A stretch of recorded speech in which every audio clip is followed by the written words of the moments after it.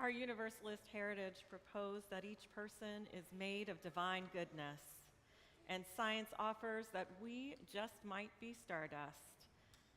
Whatever your beliefs, know that you are a gift inherently worthy of love. Whatever discomforts that life might be bringing to your life right now, because life is always gonna life. Know that that doesn't make you any less whole, and it doesn't make you any less holy. Love is the spirit of all souls, and in this moment of your shared journey, may you feel that love. May you feel witnessed and honored wherever you are on the journey.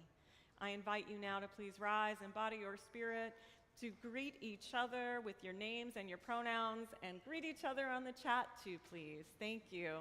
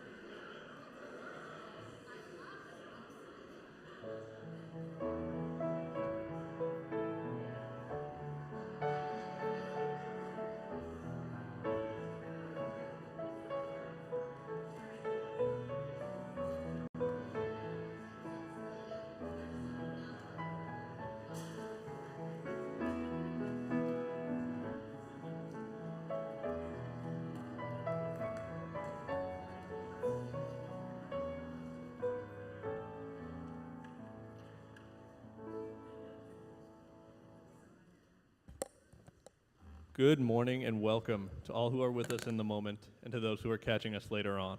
I'm Austin Mitchell, my pronouns are he, him, and I'm serving as the worship associate for today's service. Together with Nancy Olson, she, her, Director of Congregational Life and Faith Formation, Reverend Katie, she, Aya, our Senior Minister, and Liz Ellsmore, she, her, our Music Director, and we are your worship team on the chancel today. We also want to shout our musicians today. We have Glenn on drums and Rex on guitar.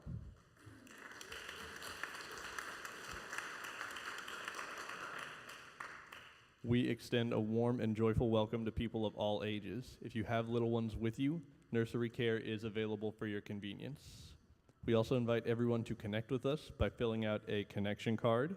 You can complete the physical card and place it in the offering basket, or you can fill out a digital connection card by scanning the QR code located just outside the sanctuary. This is a fantastic way to let us know how we can support you or share any interests, comments, or questions you may have. Buen día, mi gente. Gracias. I'd love to, actually, it's not just I'd love to. I want to invite you and all of your neighbors and all of your friends to come on Saturday, October 4th at 10 a.m. for an honest talk about sexuality education. There will be snacks. Volunteers are welcome. You know, it's a real conversation around real sexuality education for all ages. You know, we have Plan B in our building, in all of our restrooms. We have additional contraceptive devices in our vending machine, which is about to get filled in October and officially launched. I'm working with the task force on that.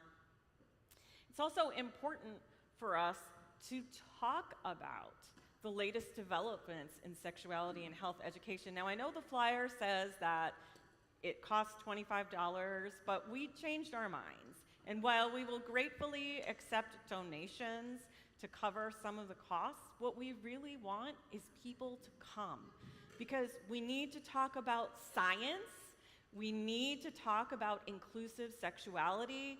We need to have accurate information, and we need to make sure our friends have it, because we're not going to get it anywhere else, and we are protected in these walls in having these conversations. So tell everyone you know we'd love to see you. I want to acknowledge all who are celebrating the fall equinox. Whoop, whoop. It is the second harvest in the pagan calendar, and I acknowledge all who are in the process of and preparation of celebrating our Jewish high holy days. We are also amidst Hispanic Heritage Month, and I wouldn't be properly Argentine without saying we have Messi and Maradona. So, yeah, viva la patria. It's been really a hard Hispanic Heritage Month when the larger organization canceled festivities because we didn't feel safe to gather. It was a difficult call and a very painful one. But all week, Hispanic Heritage has been happening in our building. The East Coast Migrant Head Start Project had put all those wonderful centerpieces. They belong to East Coast Migrant Head Start Project. They're in the social hall right now. But they were doing parent-teacher conferences, and like the children would come in for the conference and sing the national anthem. Yeah, and everybody was like decked out, and it was so great. So there's been some Hispanic Heritage Month happening here within these walls, and that is something powerful and a gift that I wanted to share with you all in case you weren't hearing those dulcet tones. 'Tis the season for colds, flu, COVID, and pneumonia shot boosters. Do check with your healthcare provider. It's super unclear who qualifies. But as people of science, just wanted to make sure that you knew it was the season. We have some flyers in the copy room that if you know anyone who might benefit from this information, they're for ICE, worksite raid, employer responsibilities, rights and responsibilities. We also have red cards for what to do. They are in the copy room. So don't hesitate. If you need directions to the copy room, please come see me or one of the ushers. If we need more of anything, just let staff know and we will make sure that we restock. As we continue our time together, let us acknowledge the land itself and those who sustained it throughout the generations. We are upon the unceded land of the Lenape, Miamia, Kaskaskia, Shawnee, and Kickapoo people who were pushed from these lands and whose children have been stolen for generations. As we strive to be a community of justice, may we continue to find ways to make real reparations.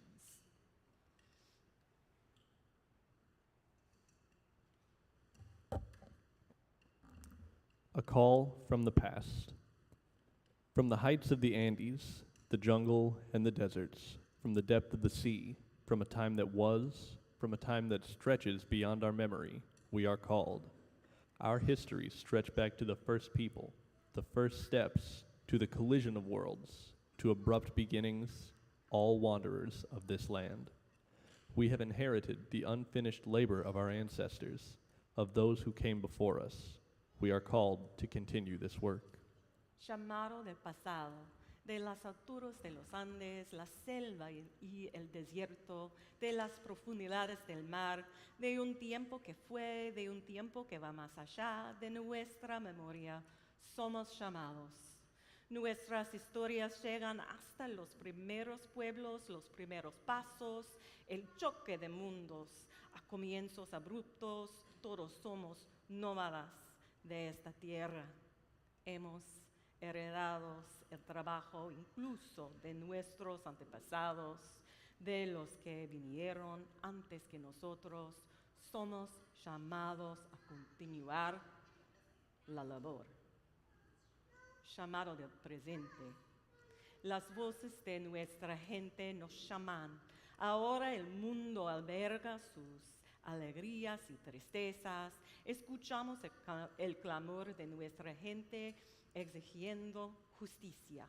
En ese llamado reconocemos las voces de quienes deambulan en el desierto, los cruzadores de fronteras, los navegantes, los buscadores de justicia, los soñadores y los esperanzados.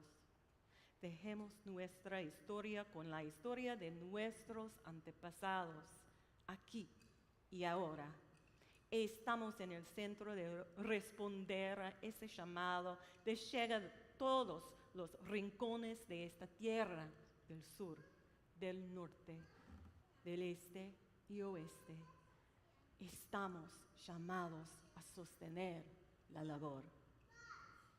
Call from the present. The voices of our people call us now. The world harbors their joys and their sorrows.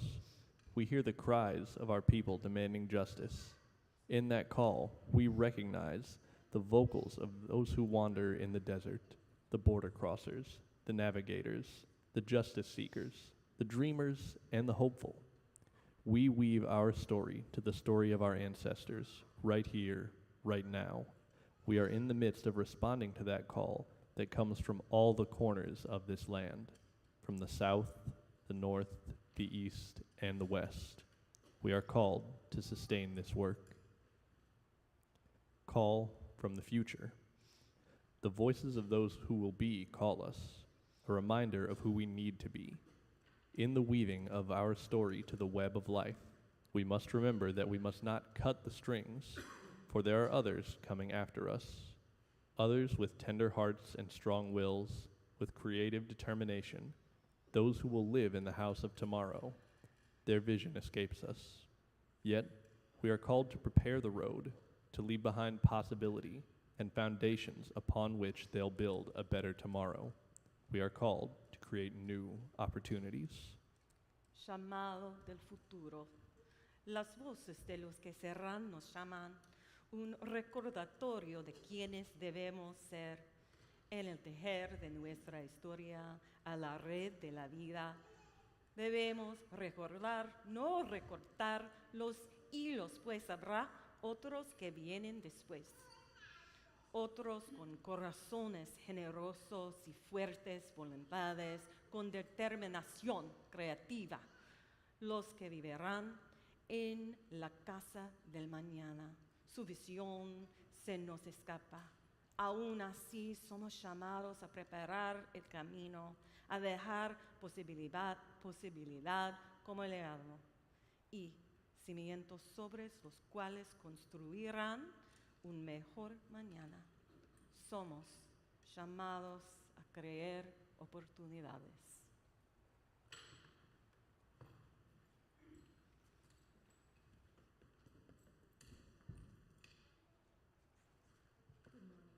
Good morning.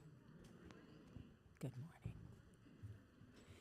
Mary and Jane Gosling, they are lighting our chalice this morning in honor of the wedding of Jane's son and Mary's grandson, Nick, and his new husband, Ed, who were married last week in Chicago. Congratulations.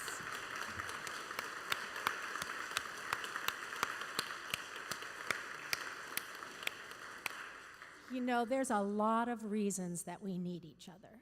But one reason we need each other is to celebrate and lift up these moments in our lives. And so that is one thing we're doing here today. And the other reason we need each other is to remind ourselves of why we are here.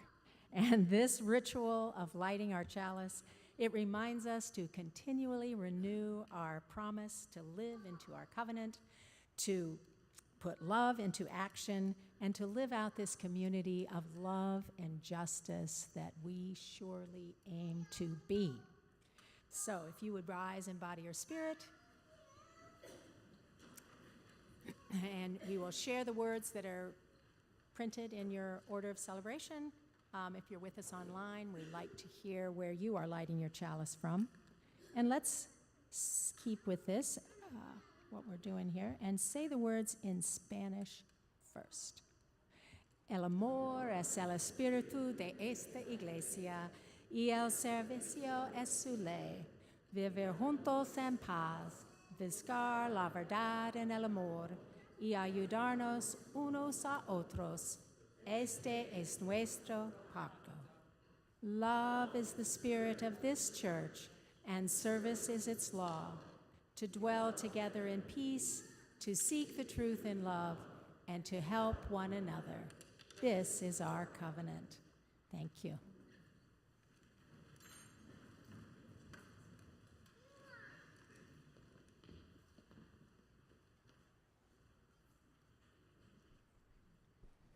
Let's take a minute to talk about things that are holy.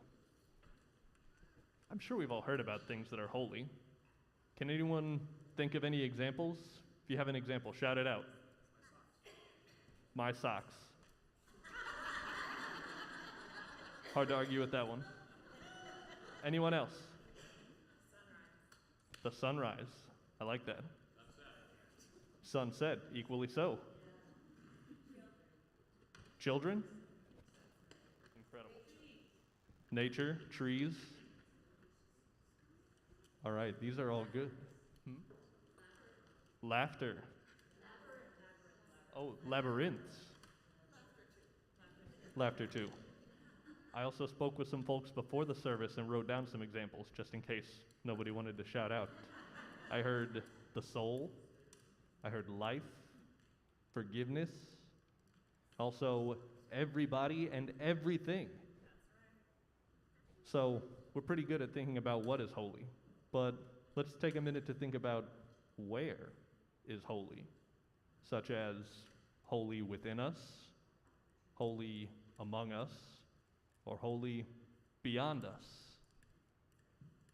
So with some of those examples that we got, like the sunrise and sunset, that's something entirely outside of ourselves. We can look at that and just recognize there's something transcendent and holy about it. Something like the soul that's within us. Or even if you don't want to recognize a soul, you could practice self-love and recognize something holy about yourself. Or you could practice something like meditation, cultivating that which is holy within yourself. Among us, what did we just say? The covenant. That's a promise that we make to each other. That's something holy that we hold among ourselves. Could also take time to appreciate our connection with our families, our loved ones. That's another recognition and holding in reflection of something that is holy among us.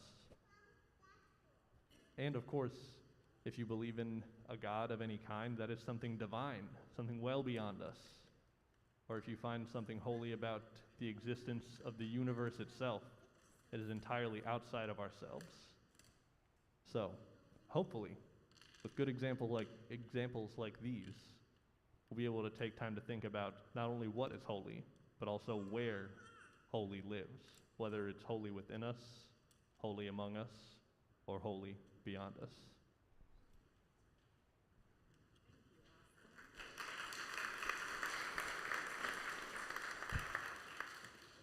That was lovely. Thank you.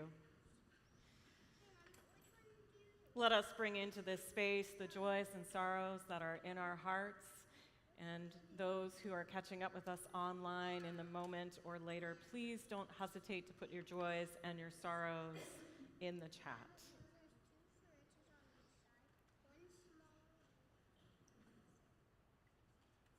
I'm going to hold some space. If you'd like to shout anything out that's on your heart, you can fill up the space today, and I'll light some candles for you.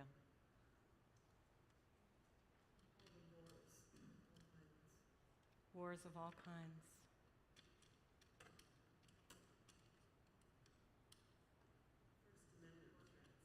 First Amendment threats.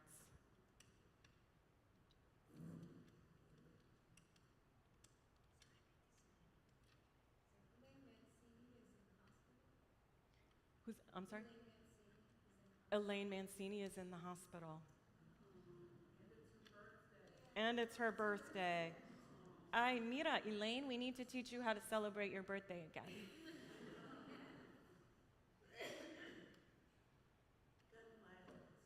Gun violence. We live in one of the most violent states in the country in terms of gun violence and deaths by gun violence. Injustice. My brother-in-law, Brian. Your brother-in-law, Brian.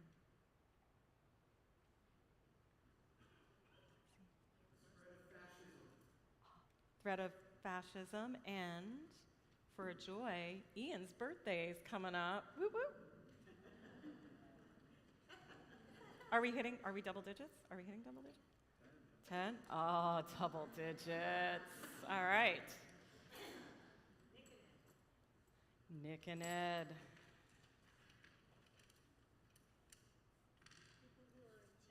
People who are in pain. Those of us living with illnesses, seen and unseen, chronic pain, caring for loved ones. Those living in fear. Those living in fear.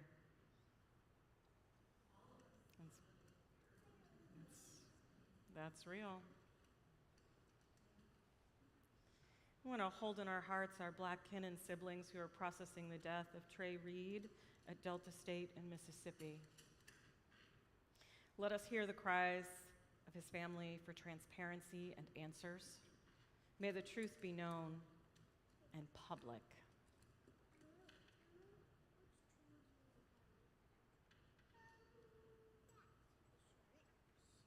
We light one more candle for the joys and sorrows that remain unshared publicly but in our hearts.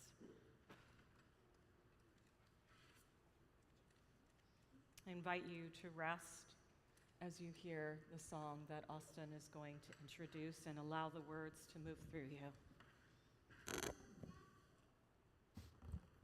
We now offer you the song You Are Whole by Leah Marie Flora Johnson and Nick St. Amour. If you are here in the sanctuary, you will hear it over the speaker, but if you're watching on YouTube, please click the link in the description or in the chat to hear the song, as we need to keep the stream muted for copyright purposes. Thank you.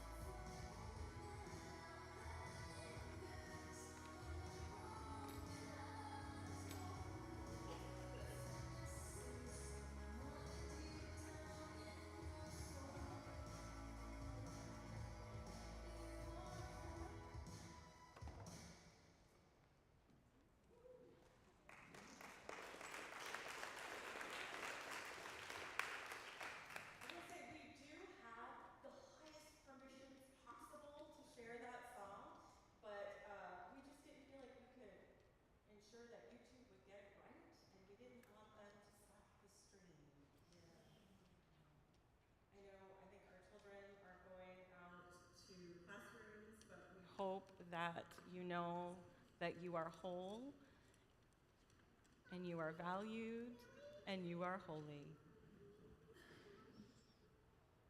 Many of you have actually met the singer of that song, Leah Marie Flora Johnson, my future daughter-in-law, and my son, Nicholas. Nikki was on guitars and backup, and of course, Leah Marie on lead vocals. They wrote that song a couple of years ago, had it produced. It's part of a larger album they haven't released yet. And honestly, none of us knew how much we would need it and how important this song would become to so many people who were hurting. Leah Marie's parents, Leah and George, encouraged Nikki and Leah Marie's producer to release the song for free on all platforms after an accident that I'm going to talk about in just a little bit. The song was released as a gift to the larger community to remind everyone that they were whole, and it also became an anthem for our summer, something we would sing to Leah Marie even when she was in a coma to remind her that we believed in her wholeness and wherever her healing journey would take her. I'm freshly back from my sabbatical, which ended up not being the sabbatical that was quite expected. The theme of my sabbatical was the journey within, among, and beyond. The message and the learning that I want to share today is some of the tools that were sharpened in this journey that I think are applicable. Some of you may already have these tools. For some, they may be new. But we needed them this summer. The intent of my sabbatical was to begin in Buenos Aires, in Argentina, in the country where I have deep roots, to come with my mother, my two boys, Nick and Quentin, and we actually have a picture of everybody too. To be there with Leah Marie as well, so my mom, like 3 generations, chilling in Buenos Aires. And there we were meant to connect with family, celebrate our life, our heritage, to forge stronger bonds, and to deepen our faith. Now, this photo was taken before the accident.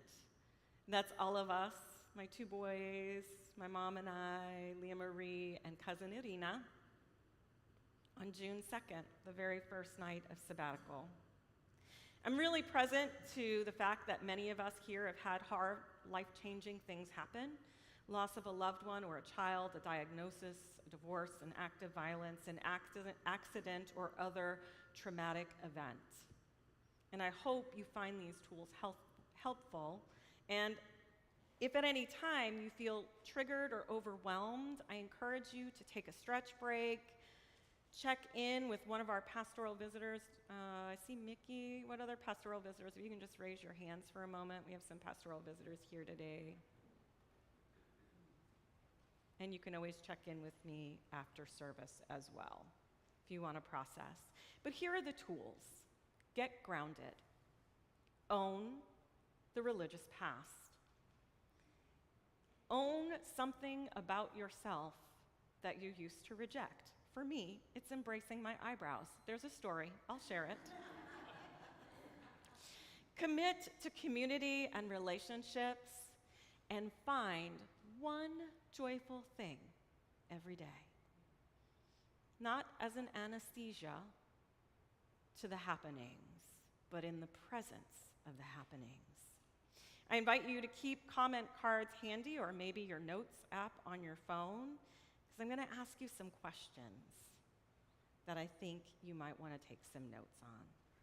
So after dinner on June 2nd, the kids all went out with cousins, and they had the very best time at Irina's, and it was on their way home when they were crossing Avenida de Julio in Buenos Aires, which is the largest intra-city highway in the world. Leah Marie was struck by a vehicle moving at high speeds and sustained multiple injuries, multiple skull fractures, multiple other fractures, and a very serious traumatic brain injury. My son called me from the hospital. I was in bed, and he called me to meet him. My older son was kept at the scene, and because he was in shock and his Spanish is not great, they had him in the back of the police car to get his statement.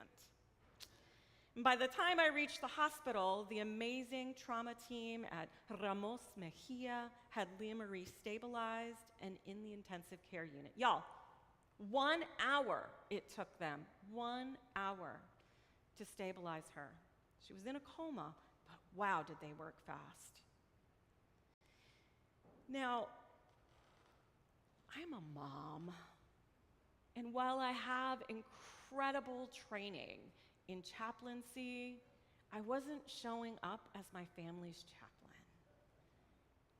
I was showing up as a mom who had one baby in a coma and 2 others deeply traumatized. And I was starting to panic.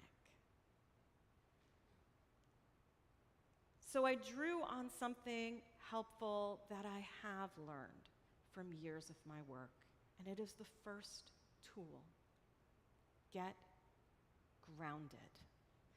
Now, Carolyn Mace, who's a spiritual teacher and diagnostic intuitive, talks about how sometimes we need the room to meditate for us. You know, like we gotta have the incense, we gotta have all the things. And I think those things are great. I think if you have a meditation practice, do your meditation practice regularly. It will strengthen you and it will help you to learn to ground. And also, I encourage you to have tools for when you don't have all of the other ways to help yourself get grounded so you can activate them. When I worked as a campus minister, one time we were leading service and there ended up being this massive event around us, and it was final season, and all we had on us were water bottles. So I had everyone hold their water bottle and simply get mindful of the shifting of the water in the water bottle and notice the flow of the water, where it was cold and where it was warm. And amidst the chaos, we were able to ground. Now for me, getting grounded, what always works is the sound of my shoes on the ground. I'm an endurance athlete. Not that I'm good at it, but athletic in that I love it and I do the thing. And I think it's not just a wonderful way for me to burn off the massive amount of energy that I have, but it's the rhythm of my feet against the ground like a heartbeat that will always bring me to a place of center. So step 1 was to get grounded. And as the doctors were leading me through the maze of a hospital, I listened to that rhythm and breathed. Now, being grounded isn't about being free from struggle. It's a way to be present to feelings without being consumed by them. I love it when Pema Chodron talks about how she can't even clear her mind. And that's incredible. So maybe don't worry about your mind being silent, but simply be present to your thoughts. Maybe we can practice that now. For just literally 1 minute, I invite you to breathe with me into this moment. And if there's any stress or tension hiding in your shoulders, you can just give them a roll, and with an exhale, release. Or just imagine it releasing. And for a centering phrase, I invite you to consider as we move into silence, whispering to yourself or holding it within, I am whole. Breathing, I am whole. And I'll hold the silence for us.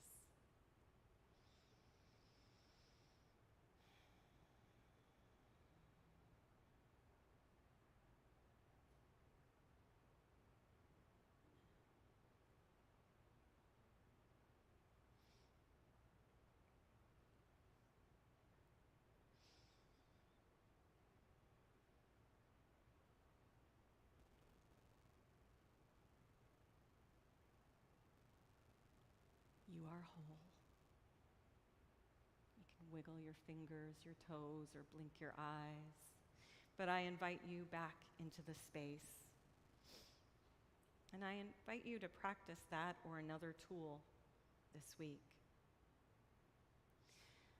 The doctor allowed Nick and I in to see Leah Marie when I arrived after I'd helped him, supported him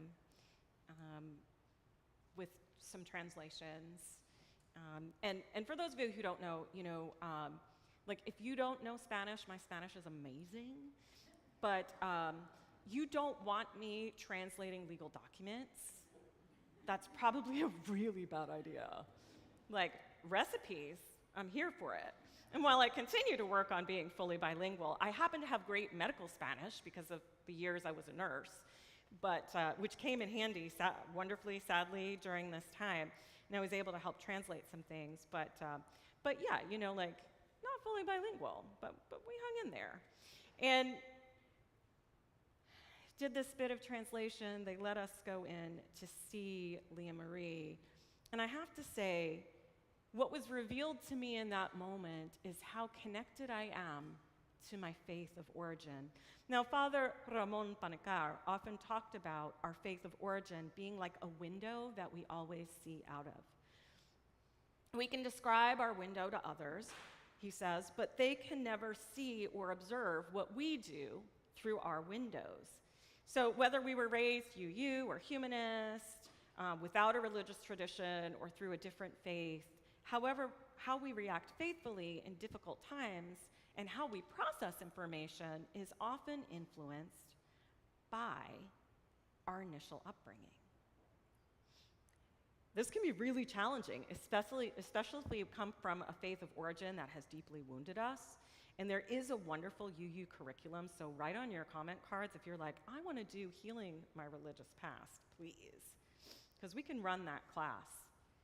My response to seeing Leah Marie in the coma was rooted in a religious past that she and I share. Leah Marie's mom is Argentine. They're from Rosario, out in El Campo, and her dad was born in Peru. Fundamentally, religion for us is rooted in the religion of our families and in indigenous wisdom, along with pre-Christian traditions and theologies from other countries that settled in South America and were shared. So when I went to her bedside, I wasn't quoting Ralph Waldo Emerson or Theodore Parker, not even Frances Ellen Watkins Harper, whom I love, and whom are perfectly fine to share in all moments. But I needed our ancestors.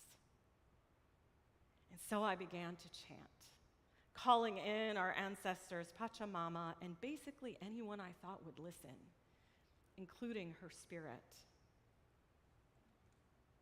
And I asked her to stay.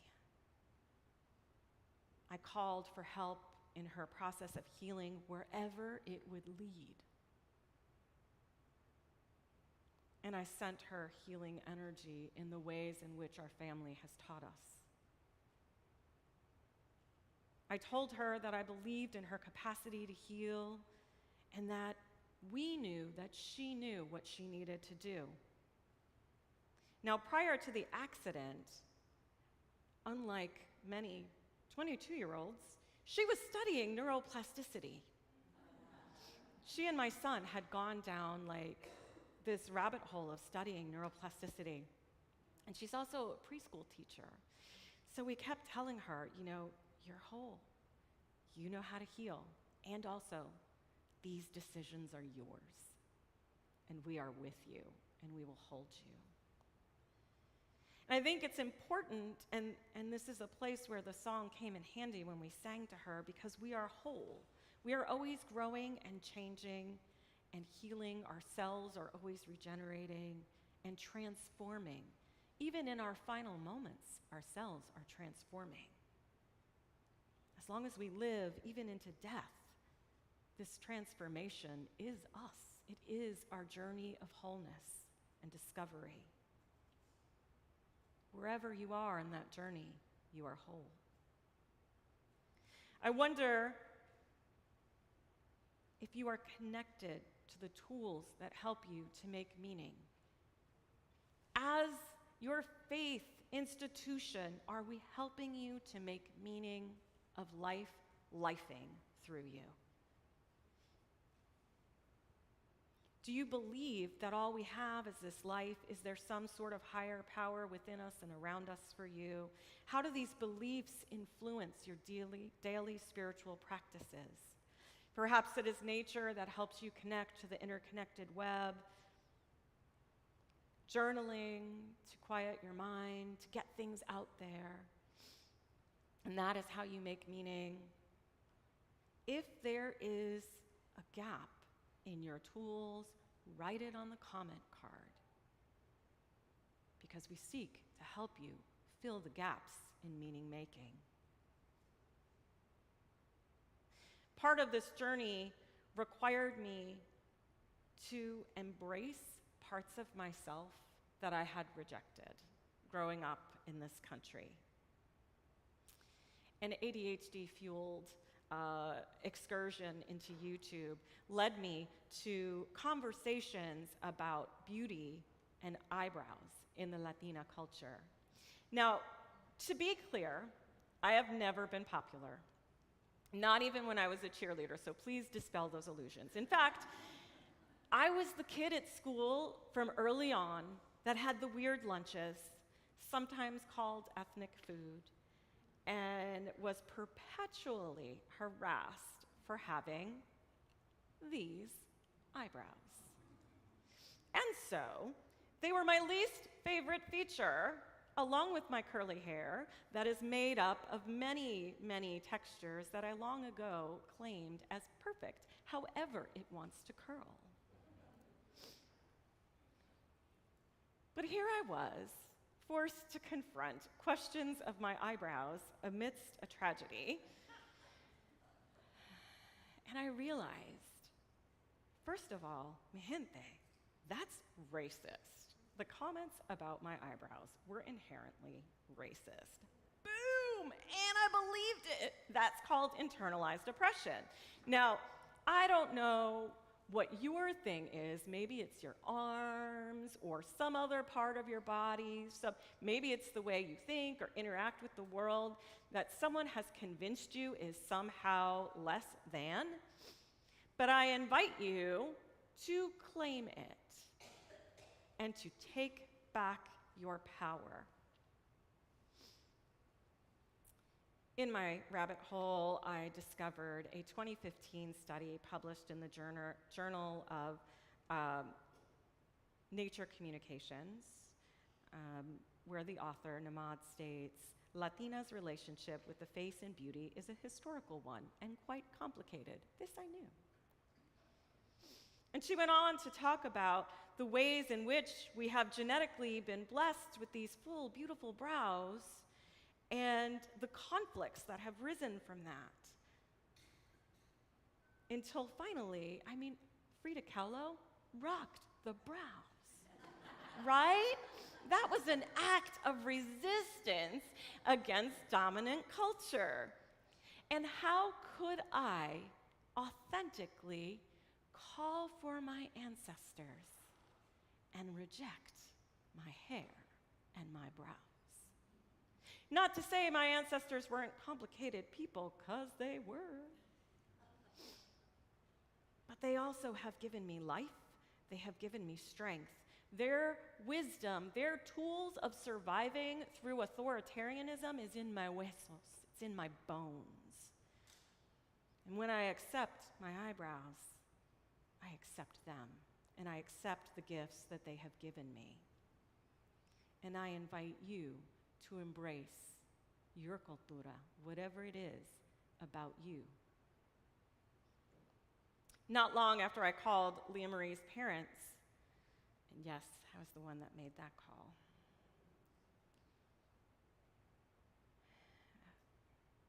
families started to arrive. And we were surrounded. Middle of the night, family just started coming in. And they helped me to bridge the places where my Spanish was inadequate. They saved me. We saved each other. Someone showed up with mate, yerba mate, which if you've ever seen me running around with a little cup with a bombilla, that's what we call the straw mate. You never stir mate. If you come away with anything, never stir mate.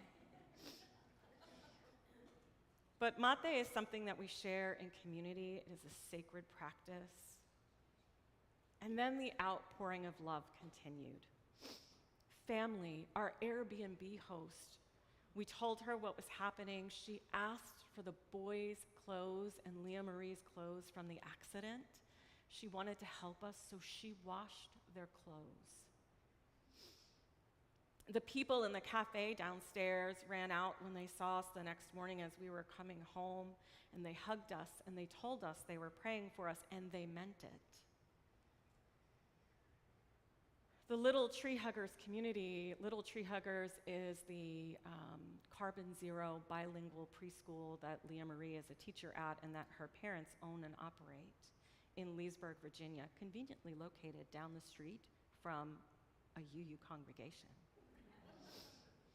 They started a GoFundMe. They started providing meals for the family because her sister Jella had to take over running the preschool as her parents began the journey here. And it was such an incredible feeling of being loved and held by community. And this could have been a time where we could have all fought. We could have looked for somebody to blame. We could have gotten angry. We could have lashed out at the driver, at each other. But instead, at a time that sought to divide us and isolate us, we leaned in to community. Do you see the parallels to where we are now? Community can save us. And it is an antidote to authoritarianism. It took Leah Marie's parents a couple of days to get there, but one of the things we promised we would do for ourselves, for them, for Leah Marie, for the larger family, was to find something joyful to do every day. And I gotta tell you, that was really hard because for all the reasons, and also we could only see her an hour a day. The hospitals are understaffed, they can't have people in their way, so we would have to show up at an appointed time with all the other families who had family members in the ICU. And then we'd wait until they were done with care and could open the doors, which sometimes meant waiting a half hour or an hour. Then we'd have an hour to see her, and then the doctors would report, which would take another hour. So it was like a 3-hour tour every night. And we had a choice to make, right? Because no matter what, we were waiting until 4 o'clock when we needed to catch an Uber to go to the hospital to begin the journey. But we wanted to have something to tell Leah Marie, who was so excited about this trip every day. So we found something joyful every single day to do. When Leah and George, Leah Marie's parents, arrived, we dragged them out to lunch. We got connected, we grieved, we laughed, we met with the larger family some nights after leaving the hospital. One night, after some of us hadn't eaten for 24 hours because it's hard to eat when you're scared and you're sad, we went for asado. And as I tell this story, I invite you to think, what is your asado, right? Like, what is your asado in your life? Now, asado for us is a grand parrillada. The grill is put out, there's special wood inside the grill, and it gives what is grilled a fantastic flavor, and it is like a 4-hour journey of food. Typically all meat. Now, you're saying, and what did you eat, Reverend Katie, at the asado? So Nikki and I are both vegan, and they did multiple courses of vegetables and like mushrooms and potatoes all on the grill with chimichurri, which is gold.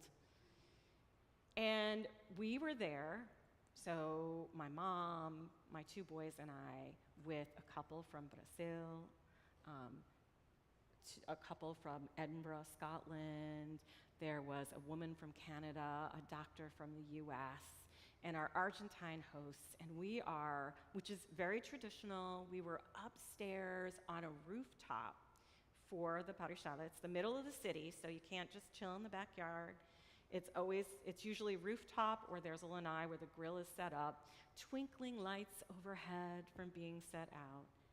And in the presence of the community and the talking and the sharing of our culture, the exploration of our culture with people who are new to it, with those who've been doing this their whole lives,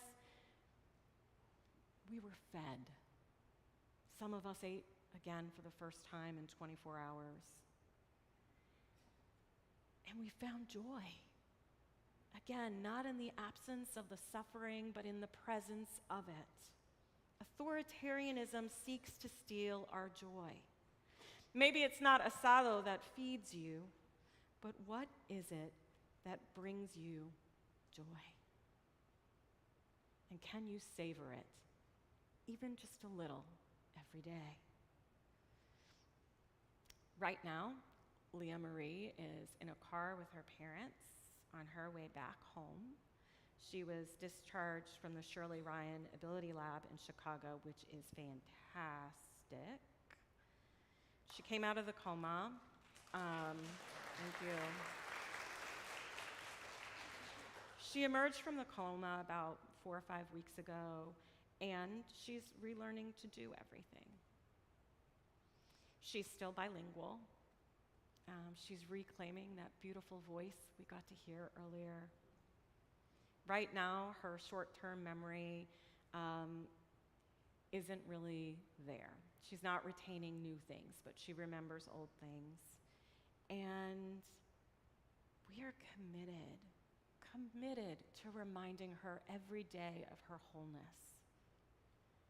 And I wonder, if whatever you or someone you love is struggling with, if you can commit to accepting yourself and others wherever they are on the journey and feeding the wholeness, feeding the part that remembers that even though sometimes it hurts, even though sometimes it's hard, even though the journey may lead to places that are hard, we are whole, each and every one of us.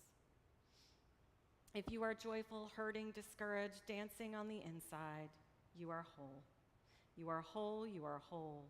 And may the tools that you forge help you find hope.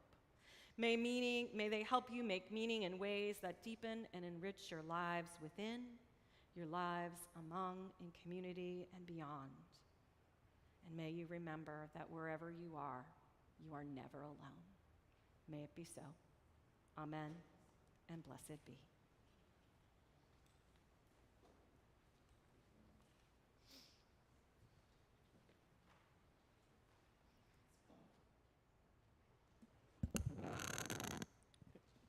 This week, we are sharing our offering plate with UUs for Social Justice.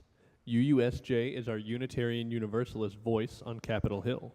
They advocate not only for equality of rights, but also equitable outcomes for all. To contribute, you can gift cash or check into the collection plate, or if online, you can go to allsoulsindy.org, where you'll find a link that says How to Donate at the bottom of the page. Please indicate if your gift is a pledge payment or if it's for Share the Plate if you're paying online or using a check. Thank you for your generosity in supporting the mission of All Souls and for your continued love for one another and for this world. The morning offering may now be given and gratefully received.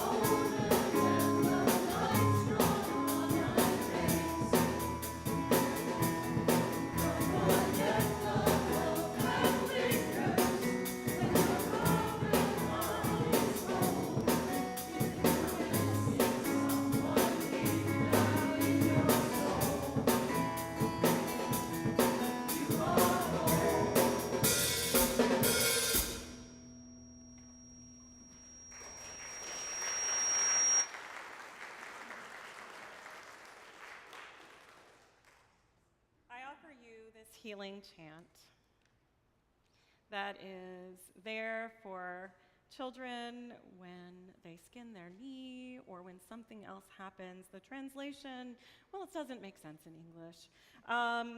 But for us, it is about acknowledging where we are and knowing that if we don't heal today, we heal tomorrow, whatever that healing is. Sana, sana colita de rana. Si no sana hoy, sanará mañana. Sana, sana colita de rana. Si no sana hoy, sanará mañana. Sana, sana colita de rana.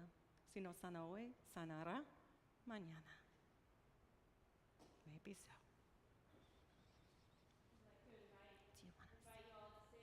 With us one more time, You Are Whole. As you were listening to the song, I'm sure you noticed that Leah Marie sings both in English and in Spanish. So if you're following along with the lyrics, hop over on that second group of words, hop over to the Spanish, and then do the same right at the end. I think it's the second to last group of words. It'll be fine. It'll You be got great. this.